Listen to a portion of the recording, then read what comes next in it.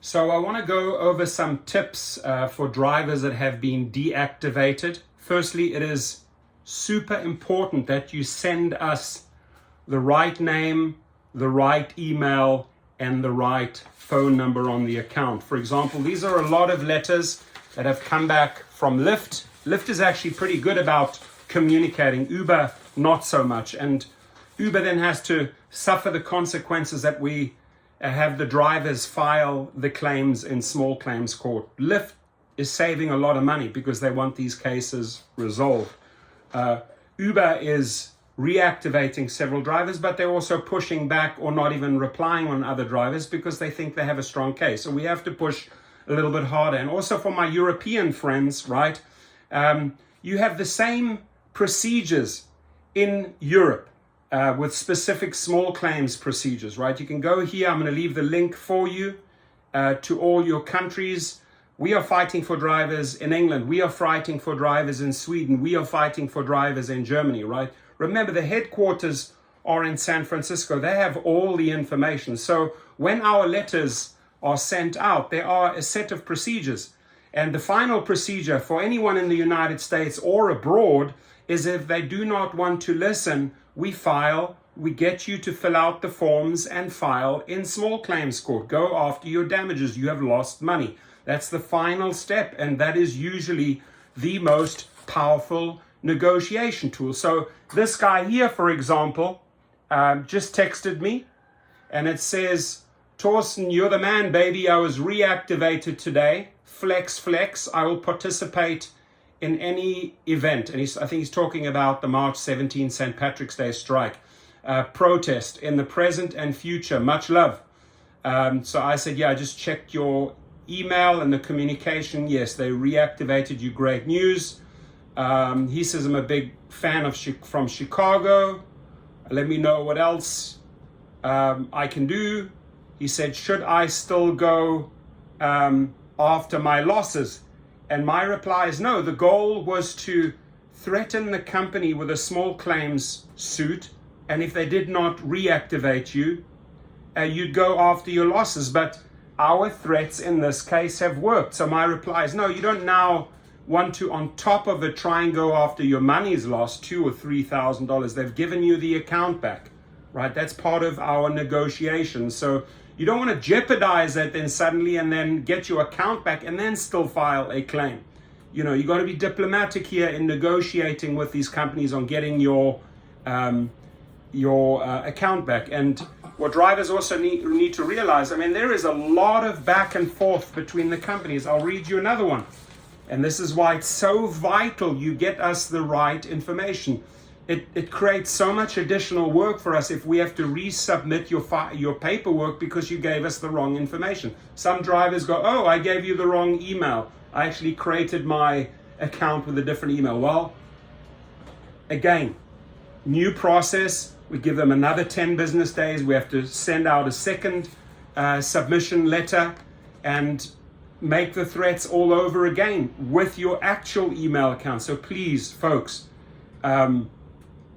I don't want to spend hours and hours and hours because false information was provided. Send me the right info so I can have the team get the stuff done for you. Here it says, here's Lyft. Based on the information you provided, that the driver provided, Lyft was unable to pinpoint the correct account associated with the name. Therefore, Lyft does not have any information responsive to this request. And they're right. They're not wrong on this one, Lyft here. And you would never ever get a reply like this from customer support. You would never ever get a reply like this from the hub. You would never get a reply from any manager at the hub or any manager on the phone, right? You got to follow the channels and hit them accordingly with the legal department, right? So we have a really good and high reactivation percentage, but you have to supply us with a good statement, a good declaration when it happened, the right email, the right phone number, and the right name associated with the account.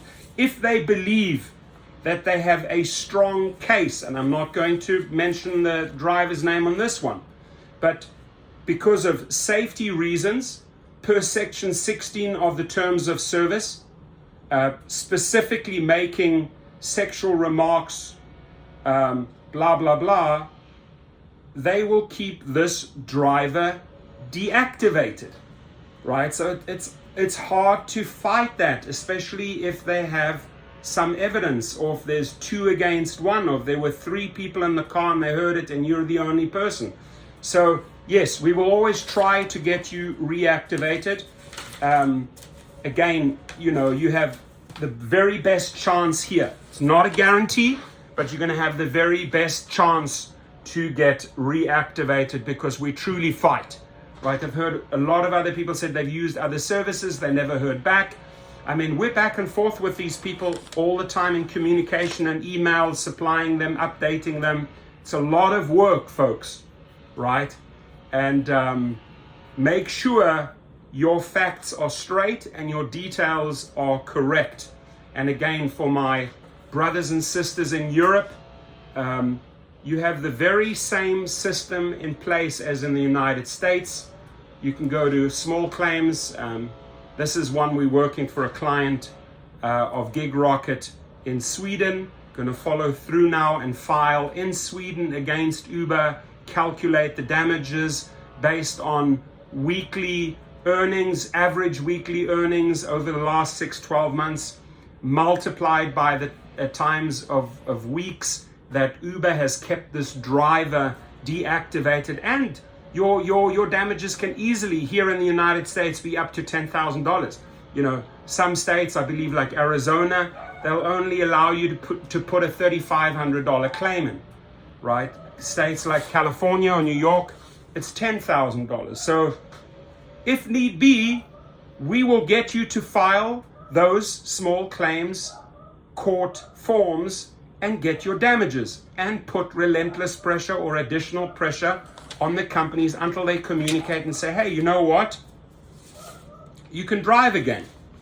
So this particular one says here, Mr. So-and-so is now an active driver. He can provide rides on the platform whenever he chooses to do so, right? And this comes from Jenny Liu, the paralegal, after we submitted all the information. So folks, I'm going to say it again. The link is below. This is your very best chance to get reactivated. Work with me so I can work with my team. Get me the right information. Get me the declaration so we can get the show on the road, so we can get you back behind the wheel. Please be safe, my friends.